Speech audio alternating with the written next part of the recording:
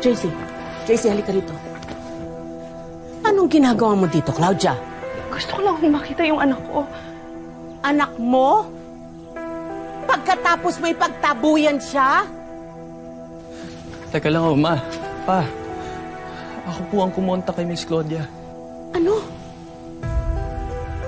Hinanap ko po siya sa social media. Bakit? Mga gusto lang po akong malaman tungkol sa pagkatao ko.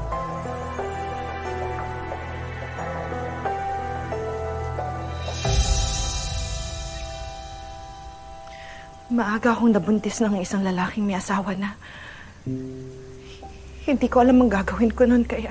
Kaya inabandon na mo ang anak mo dun pa sa burol ng anak ko.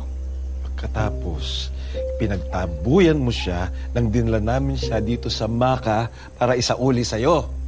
Bata pa ho ako noon, Ma'am Delphine, Aling Rosing. Ginawa ko lang ho yung inaakala kong tama. Yung iwan siya sa inyo, yung ibigay siya sa inyo.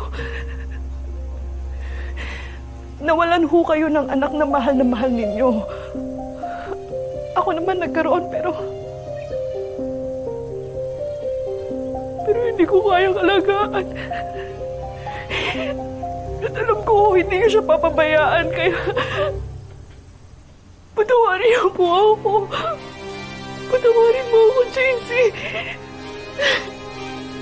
Hindi ko po alam kung anong isasagot ko. Pero ang alam ko lang, parang may nabuong parte na nawawala sa pagkatao ko. Nung nakita ko kayo, Miss Claudia.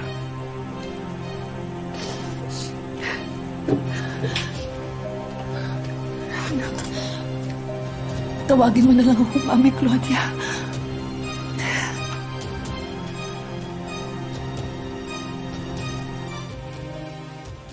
Nung minessage ko po kayo, hindi ko po talaga in-expect na magre-reply kayo sa akin. Tapos, ayun, nagsunod-sunod na rin po yung pag-usap natin. Nakilala niyo po ako. Nakilala ko rin po kayo. Maraming salamat po na hindi niyo po ako pinagtabuyan. Dito ko sa Maka nakilala ang tatay mo. Magkababata kami noon. Lagi kami magkasama hanggang sa niligawan niya ako at nailam ako sa kanya. Pinadala ako ng mga magulang ko sa Cebu, sa tiyahin ko. Pinagtrabaho ko sa isang pabrika ng tela. At doon na nagsimula yung kamalasan ko. Naging anak ka namin.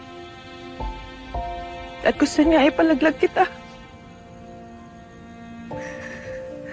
Pero hindi ko kaya ipalaglag ka, anak.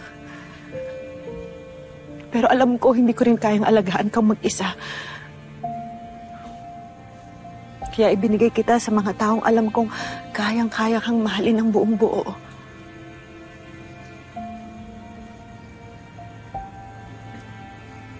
Mami Claudia,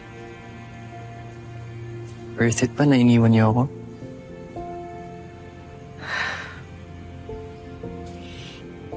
Anak, pinapangako ko sa'yo. Babawi ako sa'yo. Sumama ka lang sa akin sa Japan. Nasabi ko na rin sa asawa ko yung tungkol sa'yo at willing siyang ampunin ka para maging legal ang stay mo doon. Di ba, sabi mo, gusto mong maging cartoonist tapos mag-drawing-drawing para sa mga comics? Madali kanyang maipapasok sa ganun trabaho dahil marami siyang kakilalang nagtatrabaho sa mga animation studios. Totoo po ba? Oo. Matutupad na yung mga pangarap mo. Tutuparin ko para sa'yo. Basta sumama ka sa akin. Maging pamilya tayo ulit. Tayong dalawa. Sa Japan.